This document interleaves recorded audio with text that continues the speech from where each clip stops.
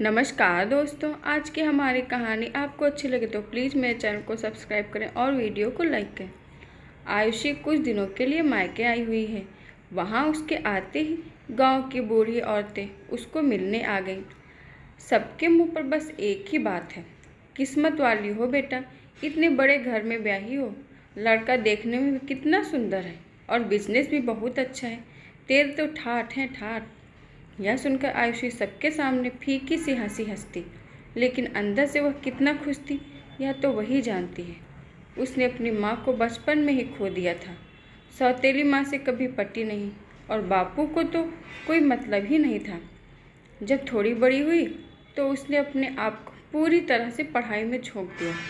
गांव के सरकारी स्कूल में पढ़कर भी उसने 10वीं और 12वीं की परीक्षा प्रथम श्रेणी में पास की थी। बीए भी उसने अपने गांव के पास वाले शहर से कर लिया। अब शादी की बात आई तो लड़के वालों ने उसकी खूबसूरती देखकर हाँ कर दी। पर कहते हैं ना कि हाथी के दांत खाने के और दिखाने के कुछ और। बस यही हाल है उसके ससुराल वालों का। उनको अपने शहरी होने का बड़ा घमंड था।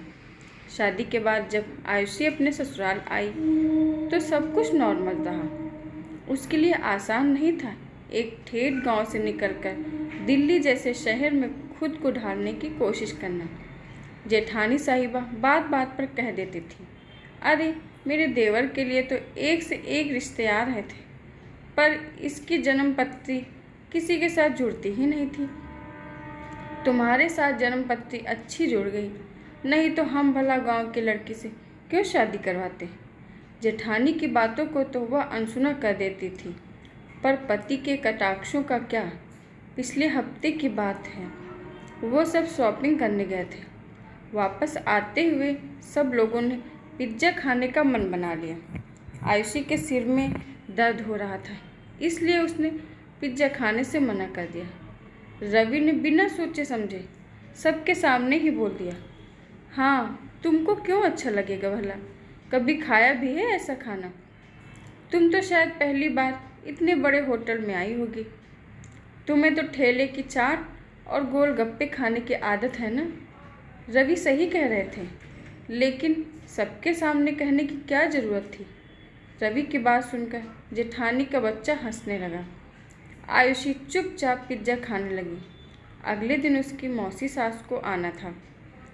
रवि ने आयुषी से कहा, आयुषी मौसी जी खाने की बहुत शौकीन है, तुम नाश्ते में पाव भाजी बना देना। जेठानी बीच में ही कूदते हुए बोली, इस बार नाक कटवाने की सोच रखी है क्या।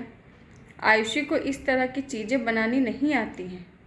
देहात के लोग तो नाश्ते में सिर्फ रोटी सब्जी खाना जानते हैं। हाँ भाभी, मैं तो भूल ही गया था, आप ही बना देना।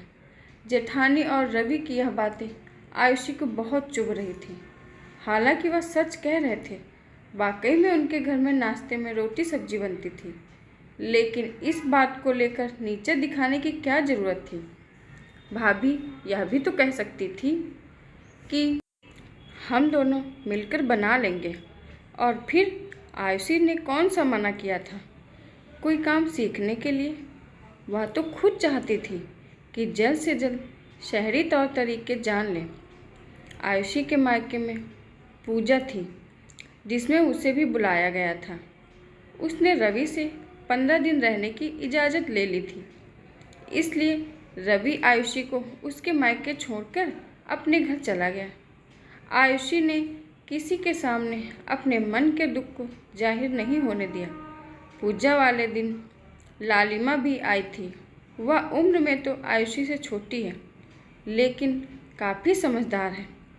10वीं के बाद उसके घर वालों ने उसको पढ़ने के लिए शहर भेज दिया था। वह होटल मैनेजमेंट का कोर्स कर रही है, इसलिए शहर में रहकर उसने बाहरी तौर तरीकों को अपना लिया है, लेकिन उसने अपने संस्कारों को नहीं खोया था। इसलिए जब भी गांव आती है तो सबसे अच्छे से मिलती जुलती है। लालिमा ने आयुषी को बता दिया था कि वह 15 दिन यहीं रहने वाली है। यह सुनकर तो आयुषी बहुत खुश हो गई। वह दोनों रोज़ एक दूसरे से मिलती थी। और एक दूसरे के साथ बहुत अच्छा टाइम स्पेंड करते थे। कुछ दिनों बाद लालिमा अपने कॉलेज चली गई और आयुषी भी अपने ससुराल आ गई। ससुराल पहुंचकर आयुषी बहुत थक गई थी, इसलिए डिनर करके जल्दी सोने चली गई। अगली सुबह को जल्दी से उठकर किचन में चली गई और अपनी जेठानी से बोली, दीदी नाश्ता मैं बना दूंगी, आप आराम करिए। जेठानी ने भी सोचा, अच्छा है, देवरानी का भी सुख ले लिया जाए। डाइनिंग टेबल पर सब लोग नाश्ता करने के लिए बैठ गए। रवि ने बोला, क्या बनाया है आयुषी? बड़ी अच्छी खुशबू आ रही है। आयुषी मुस्कुराते हुए सबके लिए छोले भटूरे ले आई। ससुर जी ऑयली खाने से परहेज करते हैं, इसलिए उनके लिए पोहा बना था। जेठानी के बच्चे को मैक्रोनी पसंद थी, इसलिए उसने उनके लिए अलग से मैक्रोनी बना दी थी। नाश्ता सर्व करते हुए आयुषी अपने पति से बोली, दिन में आप किसी नौकर को घर भेज दीजिएगा, मैं आपके लिए बिरयानी भेज दूंगी और घर आते हुए धुली उड़द दाल ले आना, खत्म हो गई है। कल मुझे नाश्ते में डोसा बनाना है। रवि और उसकी भाभी एक दूसरे को देखने लगे।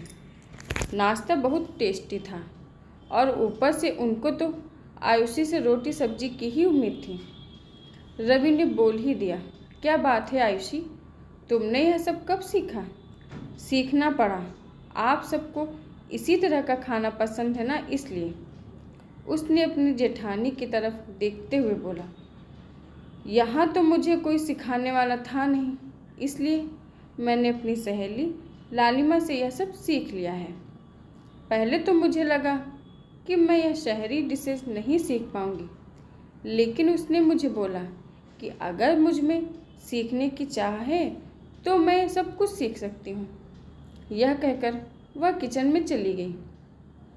आशा करती हूँ दोस्तों आज की हमारी कहानी आपको ज़रूर पसंद आई होगी। धन्यवाद।